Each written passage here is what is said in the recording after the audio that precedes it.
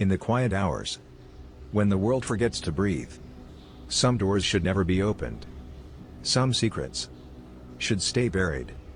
Tonight, we follow a story that straddles the line between reality and shadow. A tale where the human mind falters, and darkness has a voice. Elliot James had lived in the old Marlowe house for almost 3 months. It was a small rental on the outskirts of town, quiet, unremarkable. Until that night.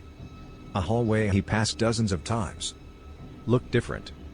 At the far end, a wooden basement door glimmered faintly under the hallway light. It hadn't been there yesterday. Smooth, polished, wrong. A soft purple glow leaked through the cracks.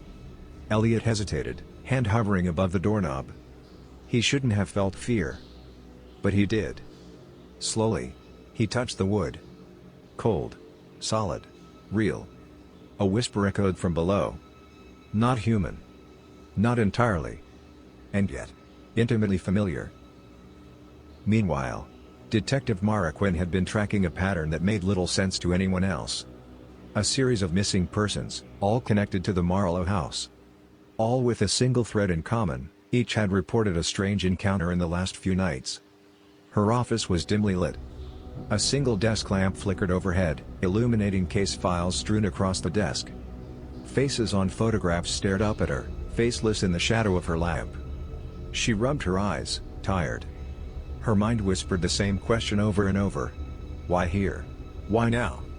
A purple tint reflected across the papers from her computer screen, almost as if the glow of the house had followed her. Back at the hospital, Samuel Torres sat at the edge of a bed he didn't remember requesting. He clenched his hands, fingers trembling. The heart monitor beside him beeped softly, casting faint purple reflections on the walls. He didn't remember how he got there.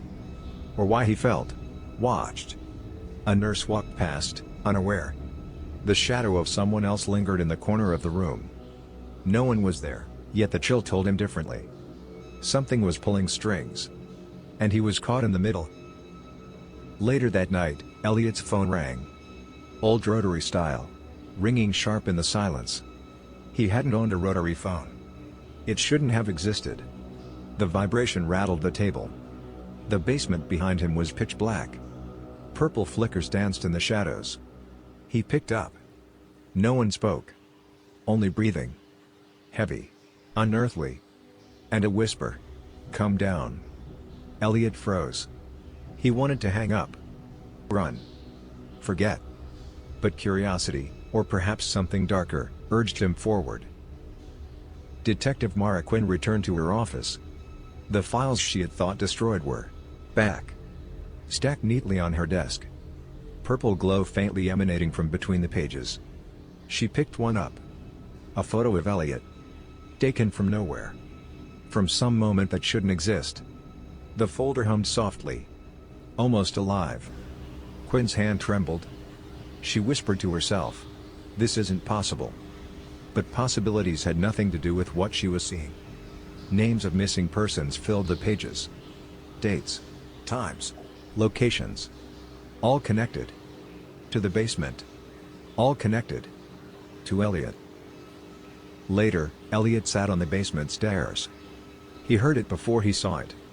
A faint scratching. A whisper in the metal.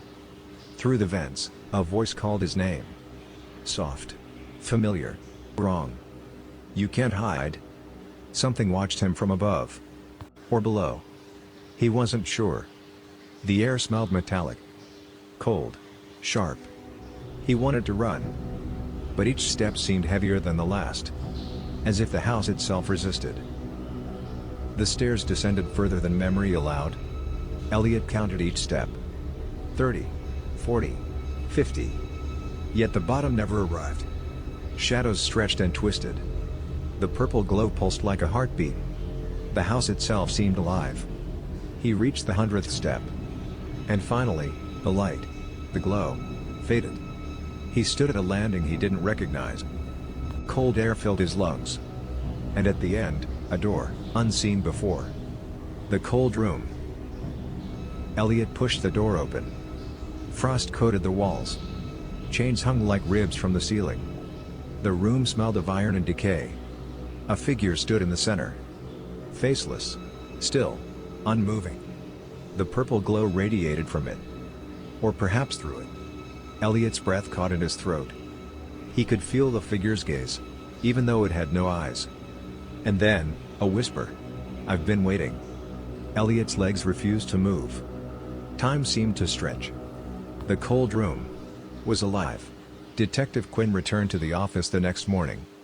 The room was empty. Or so she thought. Papers floated in mid-air, circling slowly. Faint purple letters formed on their surfaces. The files were rewriting themselves. A name appeared. Elliot James. And beneath it, a date. Tomorrow. Quinn's stomach tightened. He's going back. Tonight. Her instincts screamed. This is bigger than anything you've faced. But no one else would understand. No one else would see the shadows that lingered, waiting. Elliot returned to the basement.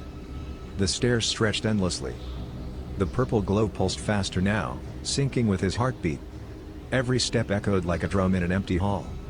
Every shadow seemed alive. Watching. Judging. Waiting. He reached the landing. And the cold room door loomed. He hesitated. Every fiber of his being screamed to stop. But something inside him compelled him forward. The air grew colder. The walls seemed to whisper his name. Elliot. Come. Inside. Inside, the room stretched beyond reason. Chains hung from the ceiling, frozen in mid-motion.